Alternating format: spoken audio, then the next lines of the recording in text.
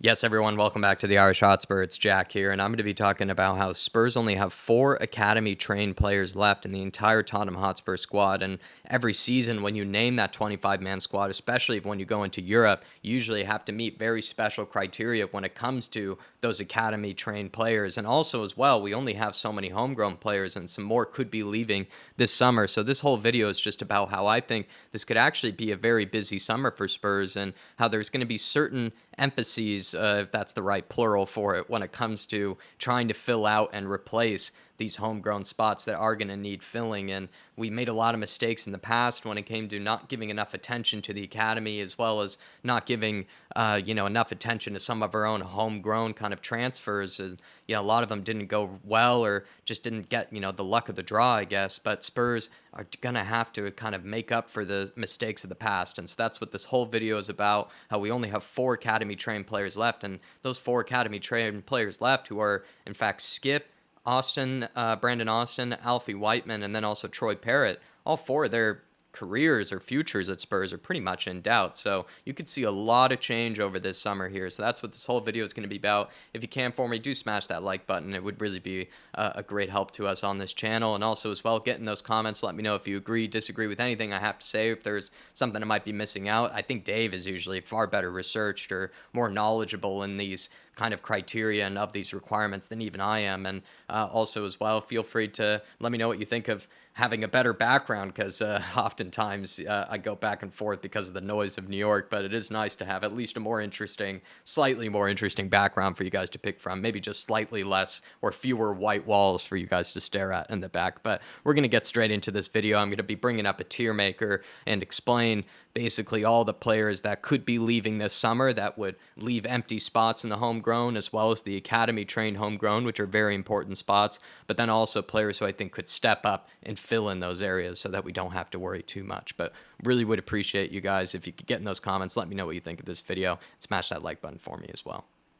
All right, so now that we're into the tier maker, I'm going to go through some of the players that I feel like we should be leaving this summer, at least that I think could be leaving, that will be, leaving spots behind that we're going to need to fill in whatever categories they might fill that you see in front of you here. And then also I'm going to be looking at players that could end up being named to this 25-man squad for Ange Postecoglou's next upcoming season, that we could see step up and actually get some minutes and end up filling these roles that we need them to qualify for when it comes to the squad requirements. When you look at Brandon Austin and Alfie Whiteman there, and you can sort of see them at the top left of the academy homegrown tier there, I feel like one of them is going to be leaving this summer. It wouldn't make sense to keep 2 kind of homegrown goalkeepers like that aren't really going to ever see much play time, or you're never really going to see have many minutes really at all. I feel like at least that's how I see it. And then also when you look at players like Skip too, you don't really know what his future is. So those 3 guys, I think their futures are in doubt, because with Alfie Whiteman or Austin, there's only so many homegrown players like that I think you need to keep around as kind of pawns, if you will, if that's the right term. And then with Skip, he's just not really well liked or really well favored, it looks like, by Ange Postecoglou. I just don't see much of a future for him. I think he had some good games in this last season, but I think he just showed to clearly not be on the technical level required for what this Ange system really needs. And he's going to probably look to want to have minutes as well, and he's that sort of guy. So I do expect him to potentially go. So those are 2 to 3 spots that could be freed up that are going to need to be filled. And then you look at Troy Parrott, a guy that I feel like his foot has always been pointed out the door, sadly, whether you think he should be given another chance or not, at least in my opinion, and I think that's still the case. It looks like to me that his foot is probably more pointed out the door than it really is, kind of pointing back towards Tottenham, if you will. But Ashley Phillips, I believe, would be someone that would qualify as an academy homegrown trained player, and I could see him stepping up and being named to the 25-man squad this upcoming season. Yes, I think he would probably benefit from even more minutes at a club like Portsmouth or any other championship side, but I think he could be good enough to fill in every now and again, and he would occupy one of those roles. So that's someone to think of, as well as Vuskovic. I think Phillips probably has a better chance of it, but Vuskovic technically would fill in that role too. I do feel like he's going to probably be continued to be shipped out on loan though for the foreseeable future, or he might be playing in the under 21s and then could also be named to that 25-man squad as just a guy that would be used as somebody to fill up the numbers of the academy homegrown trained players, but will also get good experience in the under 21s as well, but might be too good for the under 21s. So you kind of balance it out with some minutes with the men's first team too. Pop Matasar, I think, qualifies under this special rule that Arsenal kind of broke with William Saliba. Unless I'm mistaken, feel free to correct me on him. But William Saliba, despite being on loan plenty of times for Arsenal, weirdly did qualify as an academy homegrown trained player. And I think Pop Matasar is kind of under the same ruling. So that's something to think about as a guy who would step up there. You have Bergvall, who I think would be in kind of something similar to Sar, where yes, he came from, a foreign league, but is young enough that with, I think, a year or two under the academy, he would then qualify as academy homegrown. So he could step up and fill one of the roles left behind by Skip, Troy Parrott, and Winks and people like that of the past, as well as Tanganga. That's another person that we know just recently left. And then Alfie Dorrington is definitely a very, very good candidate, a strong candidate, if I may add, for someone who could be named to the 25-man squad and filling in this sort of category that needs that needs beefing up this summer. And Dorrington, I think, is about as good as Phillips, if not better, at least in my opinion, and probably about as good as Vuskovic as well. I think he's much older than Vuskovic, not much older, but he is older, and would probably be the most likely candidate, I think, of any of the center backs to potentially fill in and occupy one of those roles this summer. And then you look at Jamie Donnelly, very good player, and someone who I think is too good to even be shipped out on loan to a championship side or anything like that. Yes, he would benefit from the minutes and could benefit from the experience, but he's so technically sound and on such a high level for his age and had such a great season that I feel like you just want to embed him into the first team, give him those minutes playing with really good players around him. You could almost hurt his development by having him play with guys that are maybe not on the same technical level that he is. And again, yes, you get good experience from various things here and there, playing kind of away from, maybe the comfort of your own club. But I feel like Jamie Donnelly's actually that good that he doesn't even need that sort of loan spell. I think you just try to give him minutes here and there and try to develop him just through the men's first team. And I think he's practically too good for the under 21s as well. Mikey Moore, much younger than Donnelly, but similar story here as well, where I think he's probably too good for the under 21s, but is too young actually compared to maybe Donnelly to be shipped out on loan. So he could also fill in for this needed role this 25-man squad, but will also get maybe minutes here and there, not too many, but here and there, and could be named to it. Tyrese Hall, pretty much the same argument. Someone who's very young, perhaps too young to be shipped out on loan, but very good player, and I really rate very highly and will expect to see him featuring in the first team at some point in the next couple of years. So Tyrese Hall, you could definitely see filling that 25-man squad list. Matthew Craig, potential outside shout, but I could see Spurs just looking to loan him out more and more, and then maybe he'll get his shot at one point. But if he impresses Ange over the summer during training or something like that, you could see him maybe, featuring in that 25-man list. Also, George Abbott, kind of similar to Craig, someone who wasn't out on loan, but is someone who I think is a good leader, good mentality, very good physically as well, where he doesn't look like he'd be bullied or anything like that at the top level. And he's been a good leader and as someone who's stepped up in a variety of positions for that under 21 team. So you could see him being rewarded, or maybe Spurs really rate him highly enough that they would name him to that team. And then you look at the three strikers here above me. You have Lancashire, you have Dane Scarlett, and then you have Alejo Valise. Maybe one of them could fill in and could also occupy one of those roles where they could be just an extra third option, fourth option sort of striker.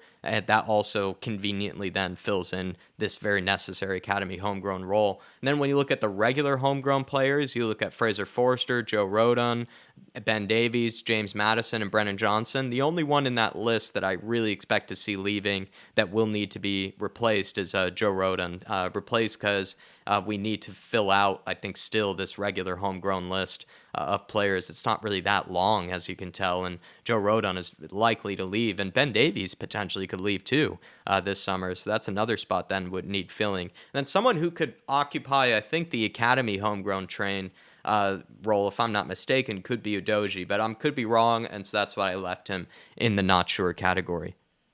Might be too late to be asking this question if you're still listening, but if you are, why is this all important if I haven't said that by now? But here's why. The reason this is important is because Spurs are, I think, are really dangerously low levels when it comes to the homegrown trained academy players and even homegrown players in general. And I think that has to do with the fact that Spurs have had kind of a homegrown problem for a while now. They've had to deal with an underperforming academy, which hasn't produced too many great players to really challenge for the first team or even fill in the squad spots. And they've also, as well, not really gotten much of their homegrown recruitment right over these years. And that was definitely during that Steve Hitchen era, which I'll get into in just a bit. But it does mean then, which is why this is important, it does mean that this summer you will expect to see a lot of homegrown connected transfer, kind of rumors and that sort of thing. This is the reason why I think Spurs are being linked with guys like Gallagher, Eze, Gibbs, White, Hudson Odoi, these sort of players,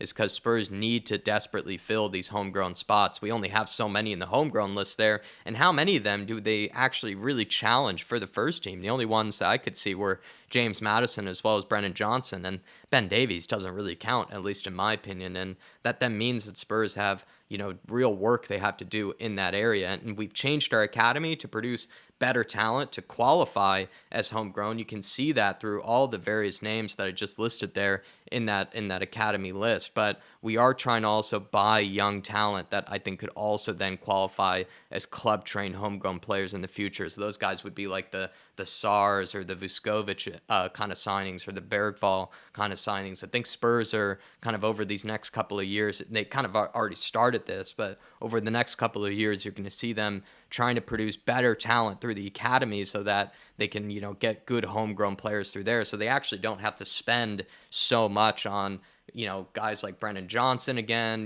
guys like James Madison even again. I think that was a great signing, but still, right? Like it did seem like, Spurs had a bit of a desperate situation even last summer to try to bring in homegrown players. And also the rumors that we're having with Conor Gallagher even, right? We wouldn't have to be so desperate to bring in these sort of players that really limit our pool, because that's kind of the frustration, right, is that we have so many areas that we need to fill this summer, so many areas we need to improve upon, but we are going to probably find ourselves having a very limited pool with certain positions. Or it looks like Spurs might pick certain areas of the squad that are either less important or maybe not needing as much of a massive pool of players to really provide great competition. They might look at certain positions this summer in this Ange system or in this Ange squad that they're going to fill, and they're going to see which ones they're going to go down kind of the homegrown sort of route, or also, right, kind of promote guys through the academy as well. So I think we've had to pay the price really for an underperforming academy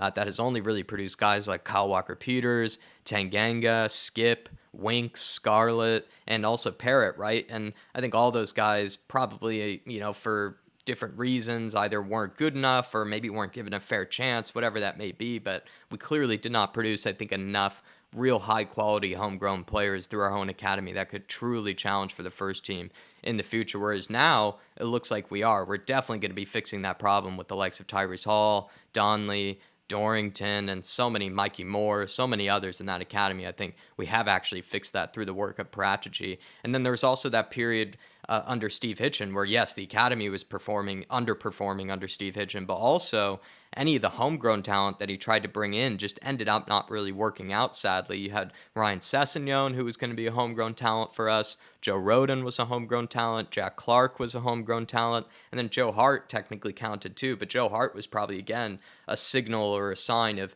that desperation that Spurs had of trying to just meet the quotas, trying to just meet the requirements of getting homegrown players through the door. So what this really all means is that Spurs have had to kind of make up for, past mistakes, and they're also had to make up for basically poor spending in the past. And it just means then that I think we're going to have to, prepare and sort of, rationalize, I guess, in our head that Spurs might look towards more homegrown kind of players in certain areas and might not go for some of the really amazing talents that might be outside of the Premier League or might be outside of England, right, in general. So just something that I'm going to prepare us for. I do feel like, though, one last thing to add here is I do feel like Spurs are actually on the right track in fixing these problems. They brought in guys like Ashley Phillips, Vuskovic, Pop Matasar, Udoji, these sort of players, Bergval. They're trying to do two things at once. They're, bringing in really good guys that can play in the academy, but then also eventually, be some of the, top players to challenge for the first team. And then they'll also qualify as academy trained. So we're getting like good foreign players in that can play through the academy. Alejo Velez would be another example. And then we're going to allow them to qualify that way so that we don't have to spend so much in the future, again, on guys like Gallagher, Johnson, these sort of players. So it's really just an explanation for, kind of what busy summer I think Spurs have prepared for them, but also an explanation for what sort of targets that I expect Spurs to be going after. And I'm also kind of forewarning you guys that you could see really is whether you rate the academy or whether you don't rate the academy. I think Spurs are really going to have to lean on it if they are going to have to fill a lot of these academy, homegrown, trained type of roles. And the last and final thing that I may add, I've probably said that a couple of times, but Johan Lang, Lange, I think his name is, right, that came in from Aston Villa. His success at Aston Villa was actually more in the line of identifying young,